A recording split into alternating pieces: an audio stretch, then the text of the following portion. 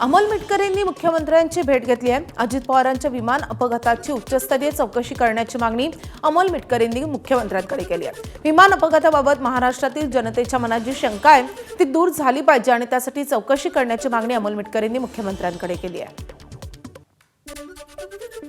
महाराष्ट्रात ओळखले गेलेले आदरणीय दादा यांच्या बाबतीत असं निवेदन देताना आम्हालाही आमच्या भावना आवरल्या नाहीत, पण या सगळ्या प्रकरणाची उच्चस्तरीय चौकशी व्हावी म्हणून आम्ही राष्ट्रवादी काँग्रेस पक्षाच्या सहकाऱ्यांनी सर्वांनी मिळून त्या ठिकाणी माननीय मुख्यमंत्र्यांना निवेदन दिलेलं आहे।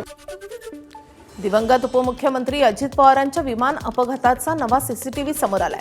बारामतीच्या गोजुबावी विमानतळावर 28 जानेवारी रोजी झालेल्या भीषण अपघाताचा हा व्हिडिओ आहे।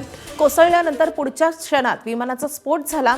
या विमानामध्ये अजित पवार यांच्यासह कॅप्टन शोभित कपूर, कॅप्टन शांभवी पाठक, अजित पवार यांचे सुरक्षा रक्षक विदीप जाधव आणि फ्लाइट अटेंडंट पिंकी माई यांचा मृत्यू झाला होता। या अपघाताचा तपास नागरी उड्डाण मंत्रालयाच्या एअरक्राफ्ट ॲक्सिडेंट इन्व्हेस्टिगेशन ब्युरोकडे सोपवण्यात आला आहे।